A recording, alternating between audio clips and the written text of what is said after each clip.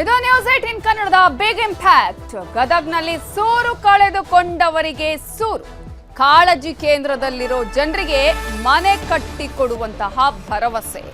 News 18 ಕನ್ನಡದ big impact story ಇದು. ಮನೆ ಕಳೆದುಕೊಂಡಿದ್ರು ಅವರಿಗೆ ಈಗ ಸೂರು ಭಾಗ್ಯವನ್ನ ಕಲ್ಪಿಸಿಕೊಡುವ ಭರವಸೆಯನ್ನ ಕೊಟ್ಟಿದ್ದಾರೆ. ಕಾಳಜಿ ಕೇಂದ್ರದಲ್ಲಿರೋ ಜನರಿಗೆ ಮನೆ ಕಟ್ಟಿಕೊಡೋ ಭರವಸೆಯನ್ನ ನೀಡಿದ್ದಾರೆ. ಗಂಗಿಮಡು ಗ್ರಾಮದ ಜನರಿಗೆ ಸೂರಿನ ಭರವಸೆ ಸಿಕ್ಕಿದೆ. ಸಚಿವ ಎಚ್.ಕೆ. ಪಾಟೀಲ್ರಿಂದ ಘೋಷಣೆ ಮಾಡಲಾಗಿದ್ದು, ಇದು ನಮ್ಮೂರಲ್ಲಿ ನ್ಯೂಸ್ 18 ವರದಿಯ ಇಂಪ್ಯಾಕ್ಟ್. ಜೊತೆಗೆ ಈಗಾಗಲೇ ಈ ಸುದ್ದಿಯನ್ನ ನ್ಯೂಸ್ 18 ಕನ್ನಡ ಬಿತ್ತರಿಸಿತ್ತು, ನಿರಂತರವಾಗಿ ವರದಿಯನ್ನ ಮಾಡಿತ್ತು. ಕಾರಣ ಕಾಳಜಿ ಕೇಂದ್ರದವರಿಗೂ ಕೂಡ ಅಲ್ಲಿ ಇದ್ದವರಿಗೂ ಒಂದು ತುತ್ತು ಅನ್ನ ಹಾಕೋದಿಕ್ಕೂ ಕೂಡ ಸಾಧ್ಯ ಆಗಿರಲಿಲ್ಲ. ಅವರನ್ನು ಹೊರಗೆ ಕಳಿಸುವಂತಹ ಕೆಲಸವನ್ನ ಮಾಡಲಾಗಿತ್ತು. ಈ ಹಿನ್ನೆಲೆಯಲ್ಲಿ ನ್ಯೂಸ್ 18 ಕನ್ನಡದ ವರದಿಯ ಇಂಪ್ಯಾಕ್ಟ್ ಆಗಿದೆ. ಕೆಲವು ಸುಮಾರು 96 ಶೆಡ್ಗಳಿಗೆ, ಕೆಲವುಗಳಿಗೆ 9-10 ಶೆಡ್ಗಳಿಗೆ ಬಹಳಷ್ಟು ದೊಡ್ಡ ಲುಕ್ಷಾನಿ. ಸುಮಾರು ಒಂದು 20-30ಕ್ಕೂ ಲುಕ್ಷಾನಿ ಆಗ್ಯದ. ಕೆಲವಕ್ಕೆ ಸಾಧಾರಣ ಅಲ್ಲಿನ ಅವರು ಸೀದಾ ಮಾಡಿ ಇಟ್ಕೋಬೋದು, ಆ ರೀತಿಯಾಗಿರ್ತಕ್ಕಂಥದ್ದು.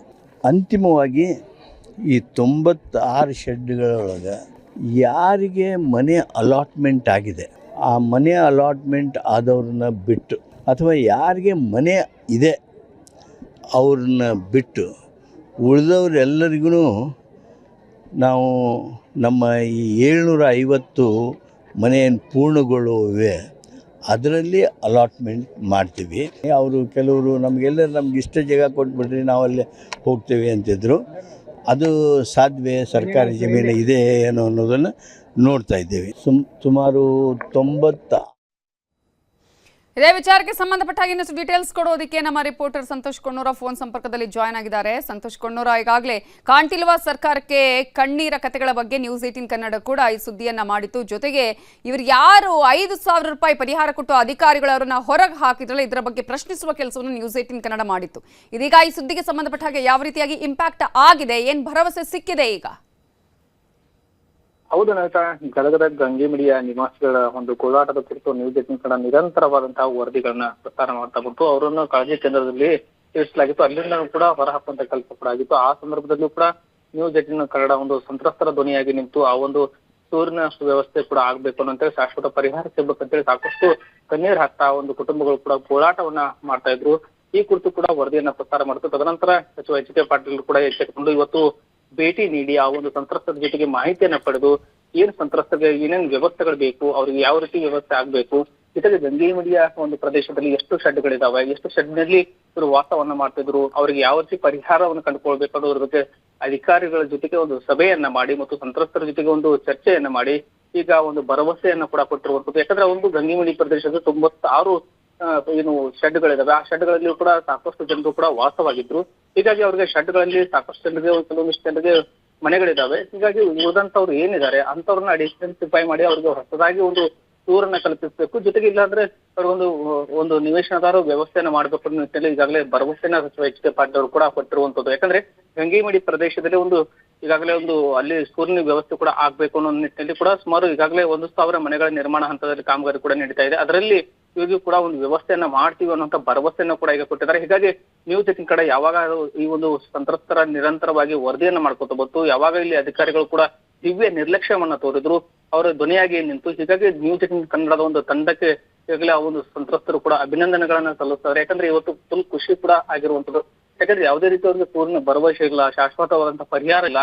ಜೊತೆಗೆ ಅವ್ರಿಗೆ 5,000 ರೂಪಾಯಿ ಕೊಟ್ಟು ಏನು ಜಿಲ್ಲಾಡಳಿತ ಆಗಿರ್ಬೋದು ಮತ್ತು ನಗರಸಭೆ ಕೈ ತೊಳ್ಕೊಂಡು ಬಿಟ್ಟಿತ್ತು. ಅವಾಗ ಅವರ ಪರವಾಗಿ ನ್ಯೂಸ್ 18 ಕನ್ನಡ ವರದಿಯನ್ನು ಪ್ರಸಾರ ಮಾಡ್ತು. ಅವಾಗ ಈಗ ಈ ಒಂದು ವರದಿ ಈಗ ನ್ಯೂಸ್ 18 ಕನ್ನಡದ ಒಂದು ಬಿಗ್ ಇಂಪ್ಯಾಕ್ಟ್ ಸ್ಟೋರಿ ಕೂಡ ಆಗಿರುವಂತದ್ದು. ನವಿತಾ, ಥ್ಯಾಂಕ್ ಯು ಸಂತೋಷ್ ಡೀಟೇಲ್ಸ್ಗೆ. ಬೆಂಗಳೂರಿನ ಮಾರ್ಕೆಟ್ನಲ್ಲಿ ಎಐ ಕ್ರಾಂತಿ. ನ್ಯೂ ತಿಪ್ಪಸಂದ್ರ ಮಾರುಕಟ್ಟೆಯಲ್ಲಿ ಎಐ ಕ್ರಾಂತಿ ಆಗ್ತಿದೆ. ಅಮೆರಿಕ ಮೂಲದ ಕಂಪನಿಗಳು ಎಐ ಡಾಟಾ ಸಂಗ್ರಹವನ್ನ ಮಾಡ್ತಾ ಇದೆ.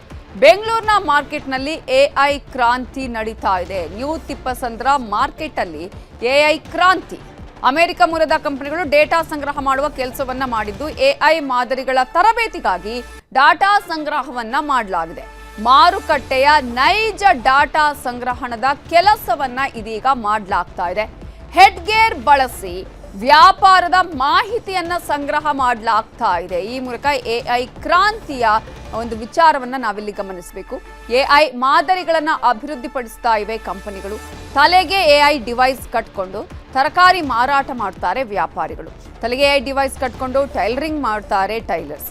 AI ಡಾಟಾ ಕಲೆಕ್ಷನ್ಗೆ ಹೆಡ್ ಗೇರ್ ಧರಿಸಿ ವ್ಯಾಪಾರಿಗಳು ಕೆಲಸವನ್ನ ಮಾಡ್ತಾ ಇದ್ದಾರೆ.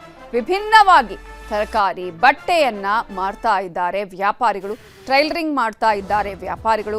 ತಲೆಗೆ AI ಡಿವೈಸ್ ಅನ್ನ ಕಟ್ಟಿಕೊಂಡು ವ್ಯಾಪಾರ ಮಾಡಿದ್ರೆ ಗಂಟೆಗೆ 300 ರೂಪಾಯಿ ಕೊಡ್ಲಾಗ್ತಿದೆ.